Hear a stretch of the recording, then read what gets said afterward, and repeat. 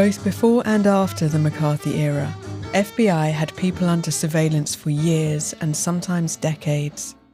This is an example of an FBI investigative report on the life of someone supposedly considered highly subversive and an existential threat to the United States. Subject contributed $1 to the American Committee for the Protection of Foreign-Born on an unknown date.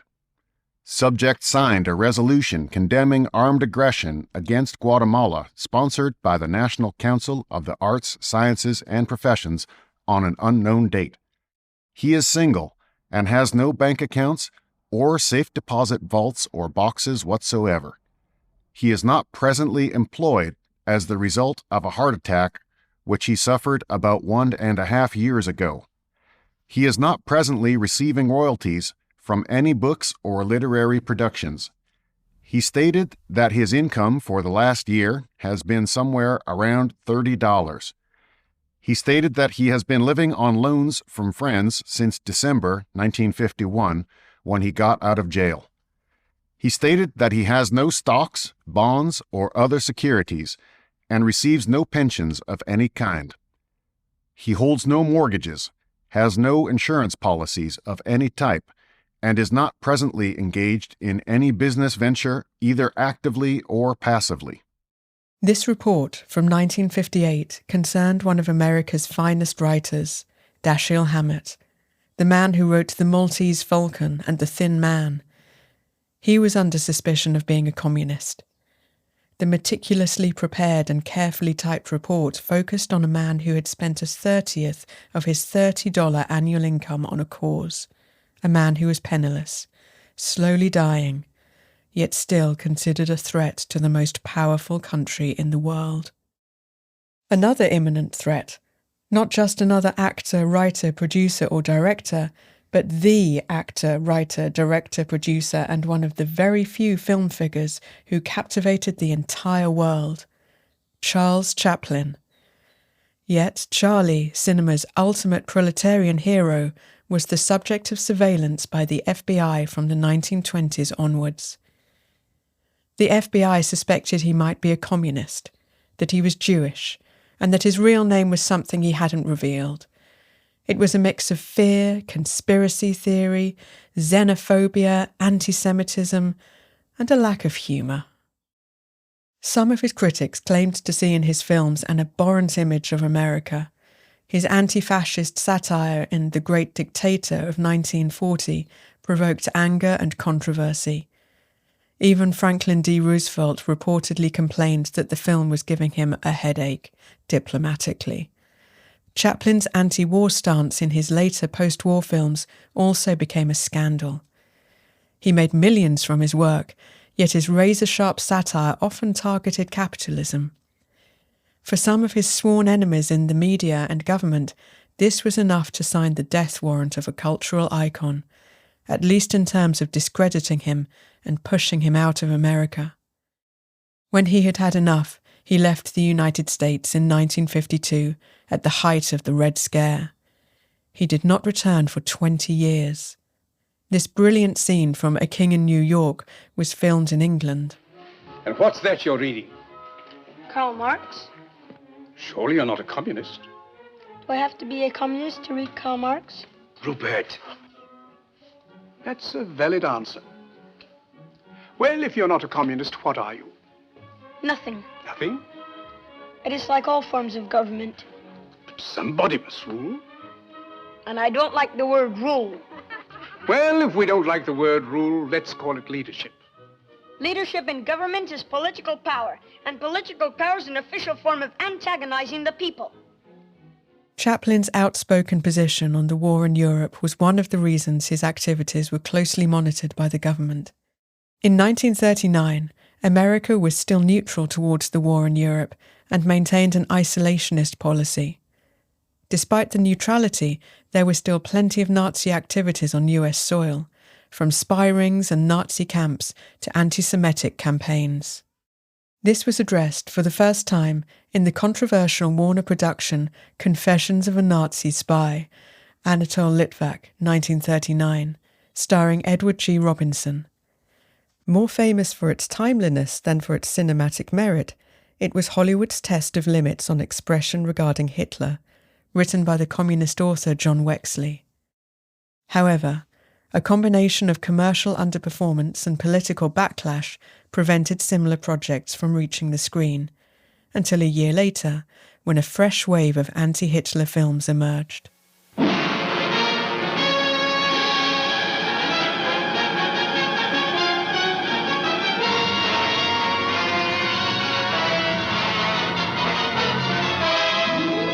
I am a Nazi spy. I am one of thousands stationed in every part of the United States to steal the secrets of your national defense. There are spies stationed in all of the Navy yards in Brooklyn, Philadelphia, Newport News. There are Nazi agents in the aeroplane and munition factories at Bristol, Buffalo, Seattle, Boston. Even then, the war against Hitler continued to be a non-priority for the majority of Americans, to the extent that a Senate subcommittee started interrogating films, not for alleged leftist indoctrination, but for their war propaganda and premature interventionism. They accused some films of dragging the US into the war contrary to the country's isolationist policies. Both Confessions of a Nazi Spy and The Great Dictator were on the list of so-called warmongering films. Chaplin's The Great Dictator was indeed an all-out attack on the enemies of humanity, yet there were subtler references to the threat of fascism in American films. In one instance, a film cleverly combined New Deal ideals with the urgent questions surrounding the fight against fascism. The 1940 film Three Faces West, directed by Bernard Voorhouse.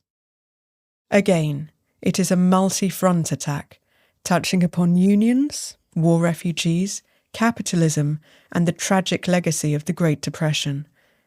It also acknowledged the fight against fascism as the most vital political and moral duty of each citizen. Co-written by the eldest of the Hollywood Ten, Samuel Ornitz, Three Faces West has a theoretical foundation. It opens with a lecture by a war refugee, Dr. Carl Brown, played by Charles Coburn. He encourages the US government to allow people like him to form a group of doctors to help people in rural America. Ron and his daughter head to a North Dakota town where the citizen's share of healthcare is only a veterinarian. Ron is shocked when he finds each house dirtier than the previous one, the abject poverty, and the unattended sick. The local priest, though no evil person, is a bigot who sees misery as part of the Lord's grand plan for the already downtrodden.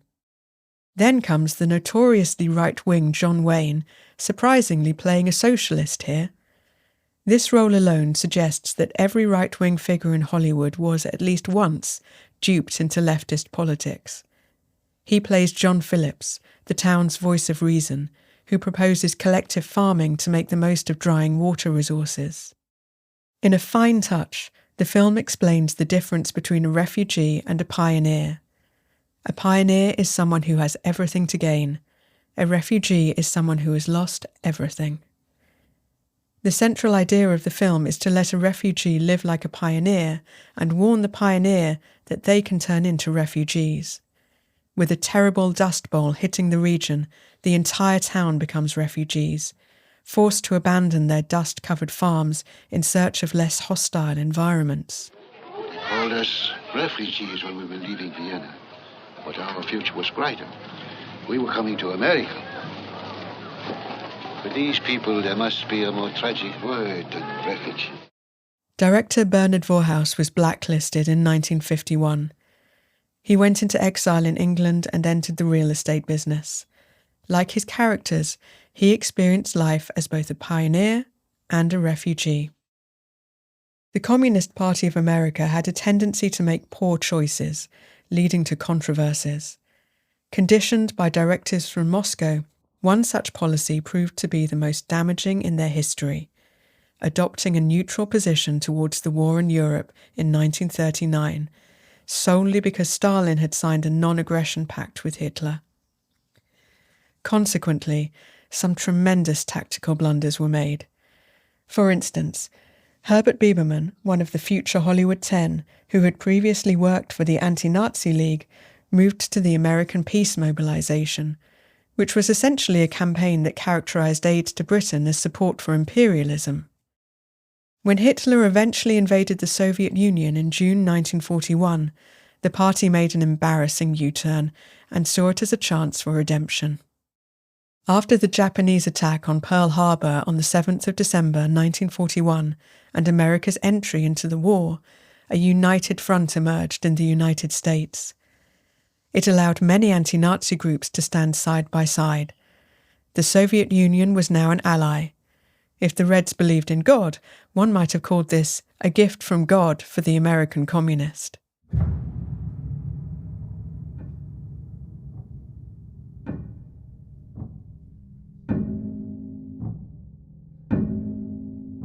As everyone was busy fighting Nazism, the FBI had a different agenda. All the recent anti-fascist commotion had added to the Bureau's already heightened fears of the potential exploitation of the alliance with the Soviet Union to expedite the Bolshevik cause in the United States. After the war and during the HUAC hearings, some home front films such as Tender Comrade were brought up as examples of communists merging their organization's agendas with legitimate war efforts.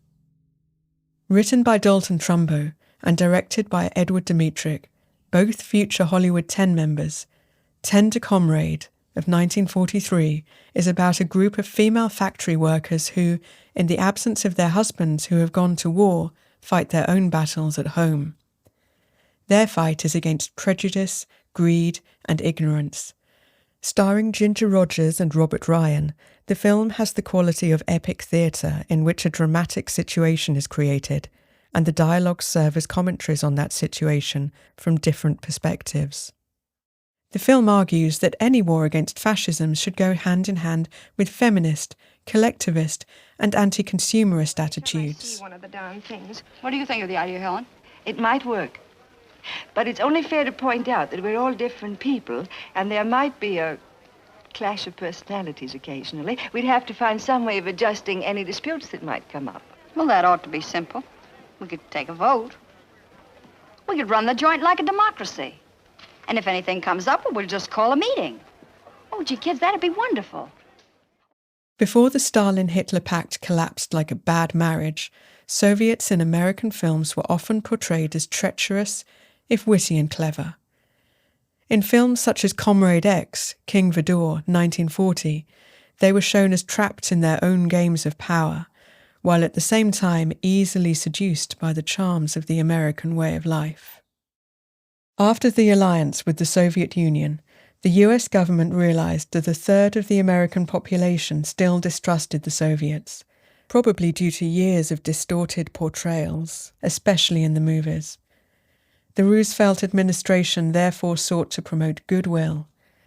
In 1943, Time magazine declared Stalin as its Man of the Year and described the Russians as one hell of a people who look like Americans, dress like Americans, and think like Americans. In the same year, Mission to Moscow, the most notorious of Hollywood's propaganda films, was released. Mission to Moscow is my report to the American people as ambassador of the United States to the Soviet Union. I wrote it as I saw it and lived it. Warner Brothers have courageously filmed it, true to the history as I saw it in the making. It later became such a headache that almost everyone involved in its production disowned it, including the director, Michael Curtiz. Even the producer, Jack Warner, lied under oath about the circumstances that had led to its production. The film was the result of Roosevelt's trust in his ambassador to Moscow from 1936 to 1938, Joseph E. Davis, as well as Davis's unabashed interest in self-promotion. It was based on his ghost-written book, which praised the Soviet Union, described Stalin as a fair-minded leader, and whitewashed the Moscow trials. The film version, in which Walter Huston plays Davis, is little more than Warner's familiar abridgment of major historical events into rapid-fire montage sequences. Only this time, instead of the tale of a bootlegger, the saga of a nation was at stake. Unsurprisingly, within the left circles, anyone who criticised the film was condemned as a Trotskyite. That's how fraught the scene was. Far better as a film was The North Star, 1943, Louis Milestone's tale of a Ukrainian village's fight against the Nazis, designed as a morale booster. The North Star opens with peasants singing and dancing their way to the fields and factories. The tractors are shown sexy and shiny, like Ziegfeld Follies. It's almost like a Stalinist musical, with the music provided by Aaron Copland. The upbeat first half of the film is deliberately crafted to make the descent into hell during the second more impactful. After the German army's invasion, the villagers are forced to destroy what they love with their own hands: animals, farms, houses. They stand astride their saddles and swear allegiance to the Soviet army.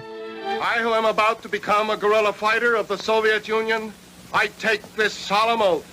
I will not lay down these arms until the last fascist is driven from our land. This, Lillian Hellman's only original motion picture script, is full of aphorism and a crowded cast who, typical of Milestone, share the screen time equally, as if the narrative construction itself was socialist. Though grossly inaccurate in its cultural and political details, the film offers a rare glimpse into a Hollywood unwittingly endorsing the achievements of Marxist-Leninist society. Fetishizing the Soviet Union reached its apex with Three Russian Girls, 1943. Set during the siege of Leningrad, it features more Stalin portraits than any other film made in America.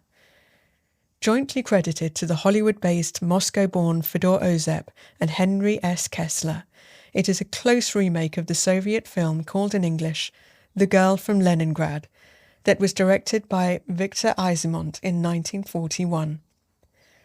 In fact, all the long shots are taken straight from the original, while the Hollywood version fills narrative gaps in medium and close shots with a cheaply made love story between an American soldier and one of the three girls in the title, played by Anna Sten.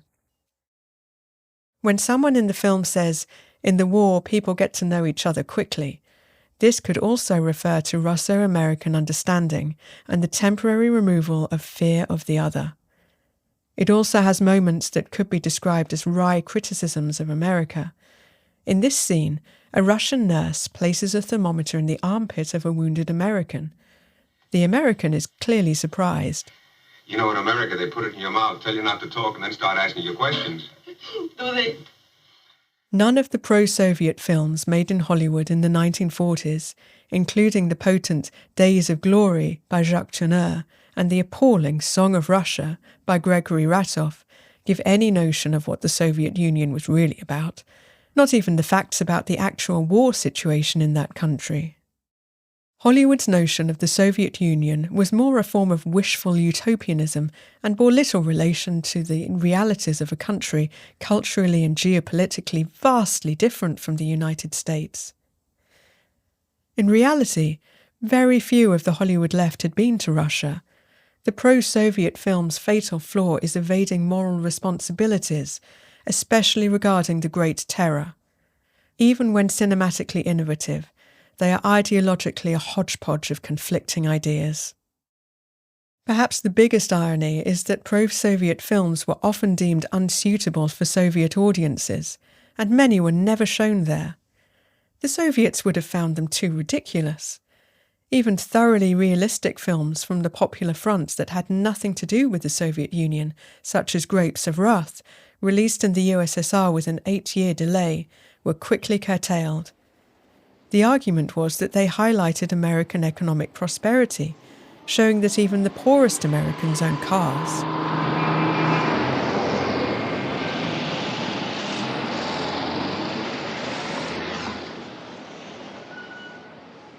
During the war, a certain group of leftist writers were in high demand, those who, while adept at creating dramatic situations, could also analyse and offer understanding of major current affairs.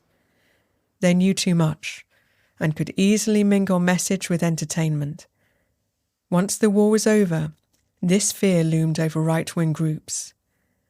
What if the same device used by the left were applied to dismantle capitalism? Panic ensued. Even films by liberals, such as William Wyler's The Best Years of Our Lives, 1946, were not safe from systematic media attacks. The FBI warned in a memo that John Huston, who had just won an Oscar for his adapted script for The Treasure of the Sierra Madre, 1948, had Walter Huston makes a speech that is practically a direct quotation from Marx's Das Kapital. Even before the House Committee on Un-American Activities could articulate its hearings into systematic suppression of political dissent, a sense of censorship in the movies was already incipient. The anti-communist campaigning had led to boycotts of Chaplin's Monsieur Verdeau in Ohio, while the singer and actor Paul Robeson, marked Red, was unable to book concert halls in Indiana and New York. The wartime prejudice against the left was palpable. When writer Morris Rapf tried to join the Marine Corps, he was allegedly rejected because of his eyesight, though he knew it was a political rejection due to his membership of the Communist Party. The same happened to poet, writer and critic Dorothy Parker, who was refused a passport to work as a war correspondent. The talented screenwriters Ring Lardner Jr. and John Bright also had their enlistments blocked based on FBI dossiers marked with the words PAF, Premature Anti-Fascist. America could not have won the war without Soviet participation, but in the process it also unwittingly contributed to elevating the Soviet Union to political parity, a superpower. The former British Prime Minister Winston Churchill, beaten by his Labour rival and making a living giving speeches in the US, reflected on this issue in a Fulton, Missouri college talk on the 5th of March, 1946. Using the phrase Iron Curtain to refer to the stifling influence of the Soviet regime on the newly liberated Eastern European countries, he had found the term for the spreading fear. The Cold War had begun. A Cold War. The United States was obliged to help Europe safeguard its traditional freedoms and the independence of its nations. Gone was the spirit of wartime unity that reached its peak on that historic afternoon in April 45 at the Elbe River in Germany. Here, two worlds actually met, but this coalition was to be torn asunder.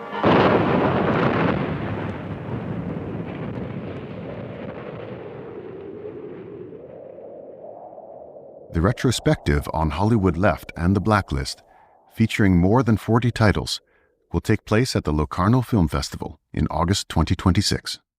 Red and Black, Hollywood Left and the Blacklist was written and produced by Ehsan Khoshbacht, presented by Eve P. Thompson, sound design by Rob Sharika.